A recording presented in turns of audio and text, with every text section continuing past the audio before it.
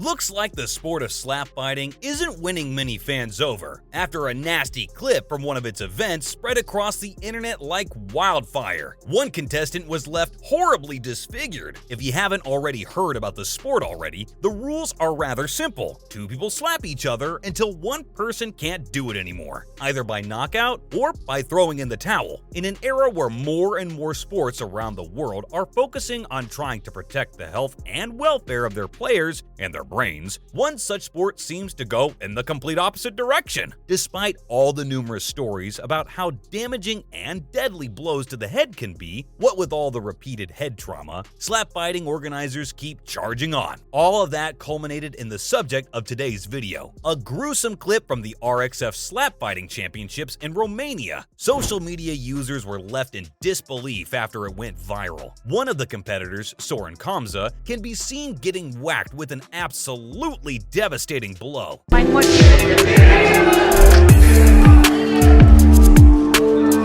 A slap powerful enough to make any brown parent smile by his rival, Alexandru Gorcica. However, Kamza managed to somehow survive the slap that gave everyone of its Eastern audience PTSD and remained on his feet. But things weren't going well for the contestant. He instantly began tapping the top of his head, informing officials that the hit he'd received from his rival had completely missed his mark. To put it simply, it's against the rules to hit someone on the temple, orbit, nose, ear, or larynx in the sport. However, the only thing that viewers were focusing on in the clip was not about the foul hit, but something a bit more on the nose, or maybe a bit on the side of it. The left side of Kamza's face had been completely deformed. His cheeks had gotten so swollen that it almost looked like another poke would cause them to burst. The fact that it was already bleeding from some areas didn't help with the image either. The barbaric nature of the sport was put on display for the entire world to see. Not even heavyweight UFC fighters have that much disfiguration after going 10 rounds straight. Lopez at the MMA factory in Paris says they bring in guys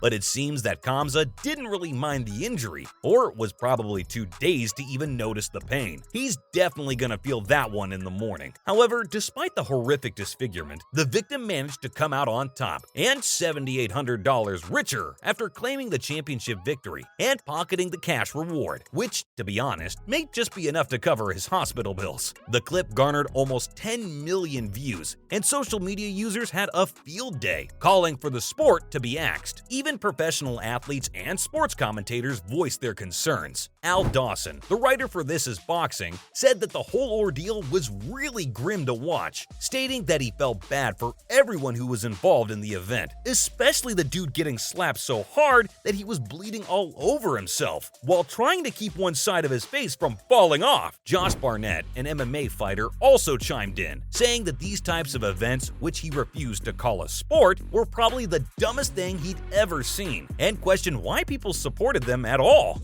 Nothing I didn't hear was good enough tonight, but it's a good starting point.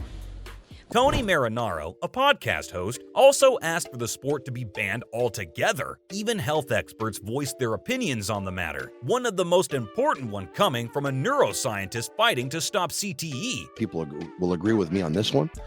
I was in shock. I was like, Chris Nowinski had a few concerns to share. He believes adults could choose to do whatever dangerous jobs they wanted to, but only as long as they understood the risk they were going to take, and that reasonable efforts were made to maintain their well-being. We call REM disorder behavior. REM behavior disorder, one of the two. However, he added that taking head hits without any defense was just sad, saying that it should serve as a reminder that the people who are taking the risks are often being exploited by those who don't. Nowinski is a Harvard PhD graduate and also a former wrestler, so his claims had a lot of credibility. He criticized the sport's handling of concussions and also took issue with another recent clip where a combatant, Chris Kennedy, seemed to show signs of a significant head injury, going into a position known as a fencing posture, explaining that if he had gotten any significant brain injury, he might never be the same again. Nowinski also took a direct dig at both Dana White, the promoter of another slap fighting championship, and TBS, the organization that airs the brutal matches, telling them how they should be ashamed of the way they were exploiting the competitors' life-threatening injuries for profit. We now are fully certain that traumatic brain injuries lead to new mental health disorders is increased rate of depression, increased rate of anxiety, increased rate of people self-harm. I mean, what's next? A sport to see who can survive the most stabbings? But White doesn't seem affected by the claims and is going forward with his plans. The UFC boss is launching the Power Slap League. In a recent interview, he had some choice words for the people calling out the sport. Weekly slap meetings already that are going on at the office, and I don't know. I know that when we announced this, there was a lot of concerns about health and safety with some guys.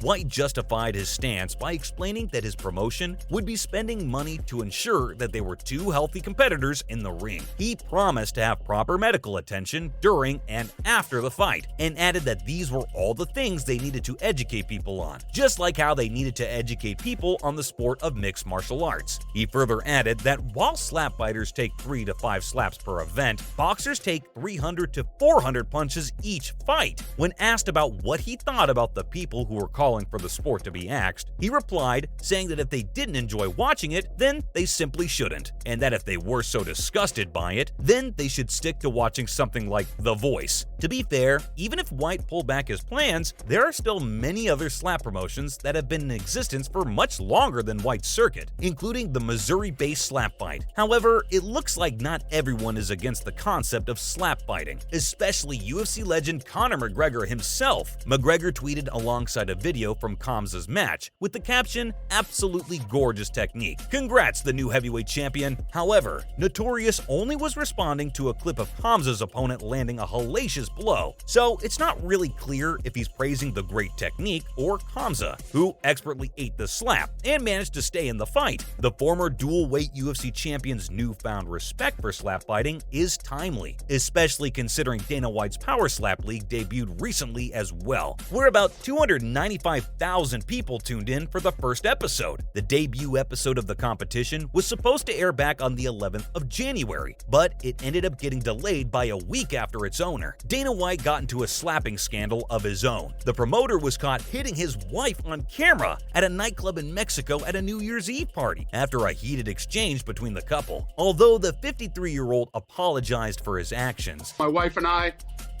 have apologized to each other. We've apologized to our kids, and he's still facing widespread condemnation. Some people are also calling for him to step down from his position at the UFC. However, it has since been confirmed that White will face no professional consequences, and he also made a regular appearance ahead of the UFC's first event of the year as usual. Well, that's that, I guess. Bathroom slapboxing has evolved into a whole new sporting league of its own, with all the additional scandals as well. Let us know through the comment section. Please give the video a thumbs up and subscribe to the channel. Hope to see you guys in the next video.